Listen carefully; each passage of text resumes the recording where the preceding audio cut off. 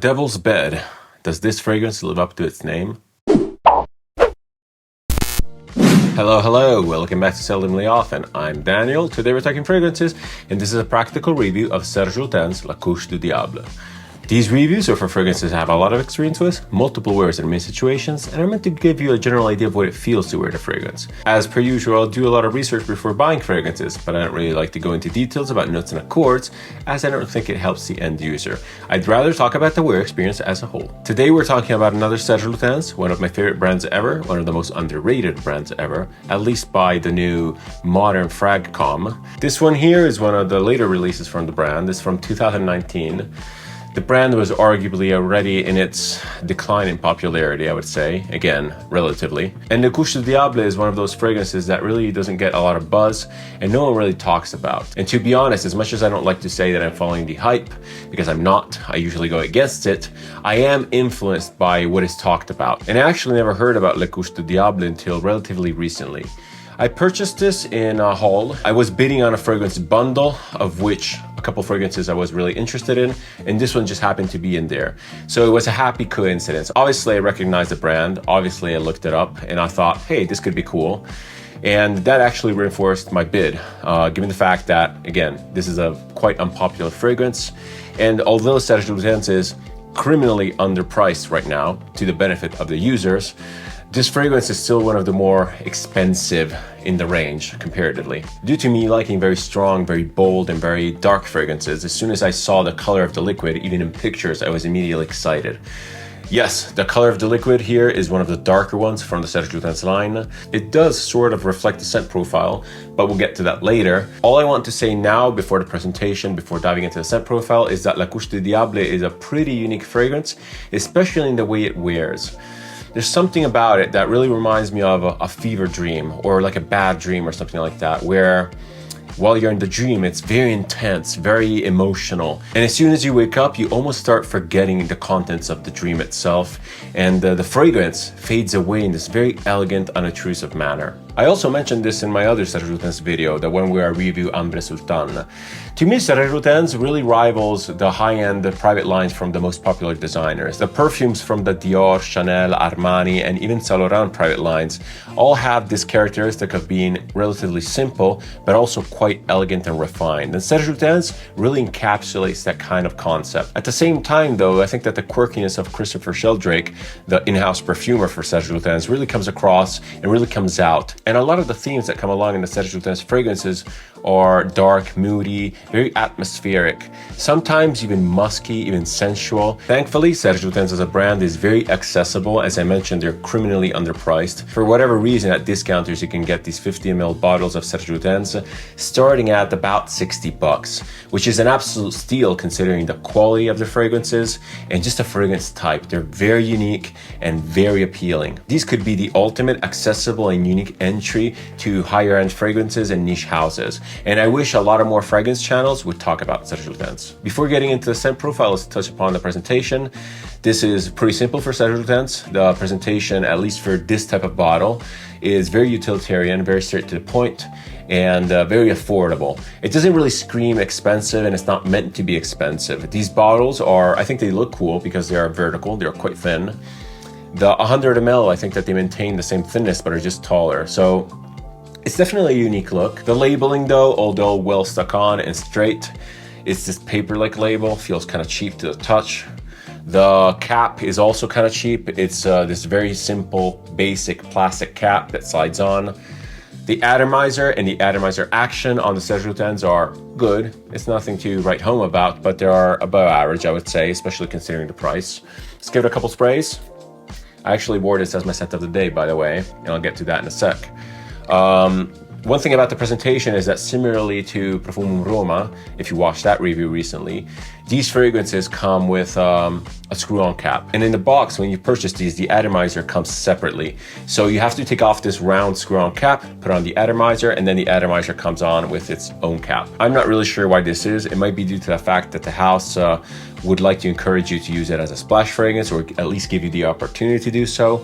I don't know. As I mentioned, I got this in a haul, and this one came without a box. Usually this is a deal breaker for me because I do like to experience the unboxing. I do like to keep the boxes for the fragrances I like, but the boxes for Serge Lutens, and I know this because I have other fragrances from the brand, are pretty forgettable and unappealing, so I dispose of those boxes anyway, so it's no hard loss. As I mentioned before, this fragrance has a very dark liquid. I think that it's one of the highlights of the presentation.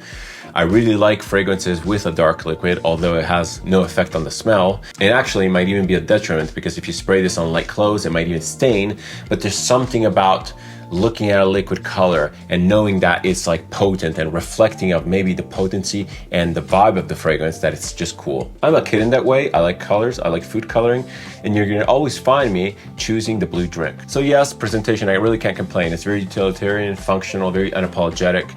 But again, for the price, you really can't complain. Onto the scent profile, La Couche de Diable, I think it's a pretty unique scent, both in characteristics and in the way it wears. This one is one of the few scents, I have a couple other ones, that wear in an unexpected way, meaning that they start out very dense, very dark, and very moody, and then they sort of just evaporate into thin air and they give you this smooth, elegant feeling at the end. A lot of fragrances open up citrusy, zingy, or airy on the top, and then they dry down to something a little bit more sweeter, denser, and darker. This one and another one that comes to mind could be Diable d'Orange Rien Intense.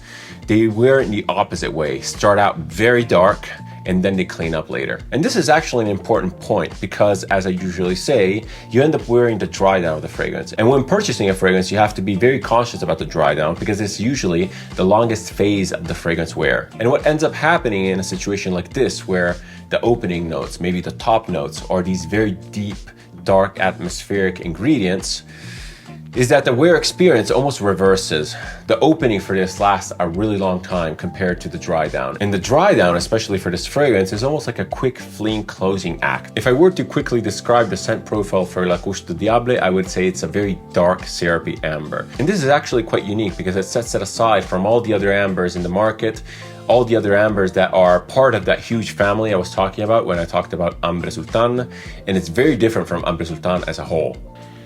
When you spray this for the first time, you're going to probably be left confused because you're going to be assaulted by this dark, rich, woody, kind of balsamic amber.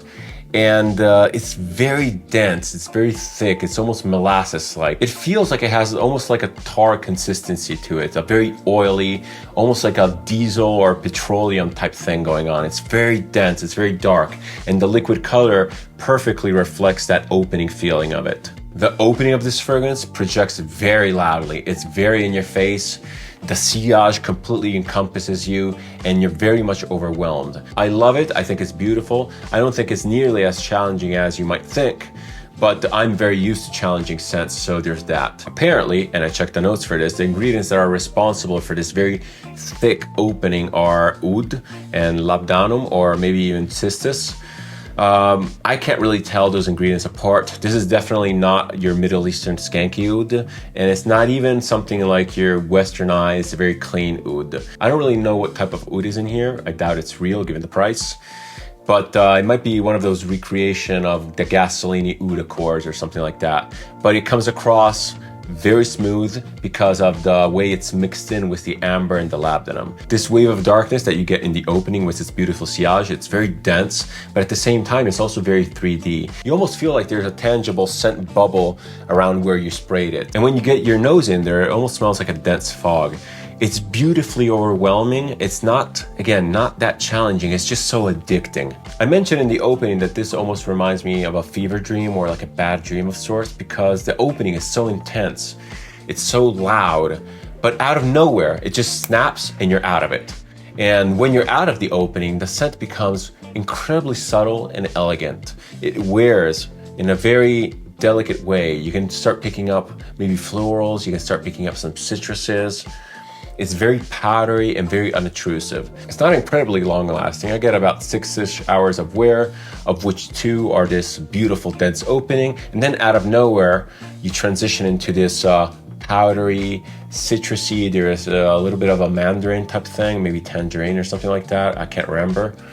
Very powdery, very delicate wear that is a little bit more of a skin scent. and it trails off in such a beautiful, simple manner, and then it's gone. In a way, the very unique wear experience of this fragrance is a kind of a double-edged sword, because on one side, it's attractive, it's fun, it's very different, and it might even suit the name. La Couche de Diable apparently means the devil's bed, so there might be some reference to a dream of sorts there. But on the other hand, this crazy transition means that this fragrance is not really suited for day-to-day wear. Because on a day-to-day wear, you tend to prefer a linear fragrance or something that is a little bit more predictable. And you're going to either love the opening of this or the dry down. And even if you like both, you're probably not going to want to transition from one to the other out of nowhere, possibly at work. Not that this is necessarily a work scent, but I'll get to that in a sec. So I think that ultimately, to me, this is kind of like a fun, maybe short dinner wear, like an evening wear, or maybe like a house wear. Speaking of wearability in the office, today I wore this as my scent of the day. I also wore this in the past as my scent of the day in the office, but there were less people. Today, I did not get any comments, but in the morning, I was definitely getting some looks. Not because this is challenging or animalic or stinky in any way, it's just that it's very powerful and unusual, and it really triggers people's attention. After lunch, the scent was in its dry down phase, so very subtle. I think people just completely forgot about it and moved on. The scent profile itself is not really suited to the office anyway, so there's not much loss there. I tend to wear everything at the office just because I really want to test the resilience and the attention of my colleagues just to see how it is. At worst, I get a couple laughs out of it. So in the practicality department, I would say that versatility for La Couche de Diable is quite low. This is almost like a special effect fragrance, one that you want to pull out sporadically on those special occasions or every time you want to get that kick. That being said, if you wear this to an exclusive dinner or an event, maybe like a standing dinner, this will definitely make you stand out from the crowd just because it's so potent and unique. It might even get you attention. I'm not really sure about compliments, but it's worth a try. I think that the weird, challenging, overly dark nature of this would really pair well with formal attire. It's not necessarily super elegant, but it would have that nice contrast. You definitely need a little bit of confidence to pull this off, because if you don't like dark scents, if you don't like animalic pending scents, you probably will not like this. And this scent might, especially in its opening phases, wear you, as they say. This fragrance kind of transcends gender. This is very unisex, I would say. It's not really for anyone at that point. It's one of those scents that is just kind of strange. Age-wise, this is also kind of out there. I probably would not recommend this to a very young public just because of how weird it is. You definitely need to be into niche fragrances and into weird scent profiles, a little bit more of a daring scent profile to wear this. Other than that, given the fact that it's a sporadic use type fragrance, at least in my opinion, I think it's suitable for all ages. Do I like this? Do I recommend this? Who do I recommend this for? In short, yes, I like it. I like Serge Lutens. I like their vibe. I like their quirkiness. They have a very specific style as a house, in my opinion, and they're known for riding that thin line between elegance and weirdness. I do have other bottles with this kind of vibe, and this might impact how much I end up wearing the fragrance. Also because it's, again, very situational, and that transition there, you really have to, in a way, be in the mood for it, or at least expect it, because otherwise, you're going to be disappointed. Other than that, I think that Serge Lutens is an amazing house. It's one of my favorite houses. They're one of the more innovative houses, or at least they were. Their fragrances are a must-try for everyone who is into perfume, who is into interesting perfume, and who is into high-quality, elegant perfume. The low price and the relatively high accessibility of these fragrances is just a cherry on this wonderful, interesting, unique cake. If you like this type of content, if you like my approach to video, feel free to subscribe. It always helps the channel and it's massively appreciated. If you want to interact with me, feel free to leave a comment, suggestion, opinion, or anything else down below. I always reply and I always keep the conversation open. Speaking of appreciation, thank you so much for watching. As usual, thank you so much for your time.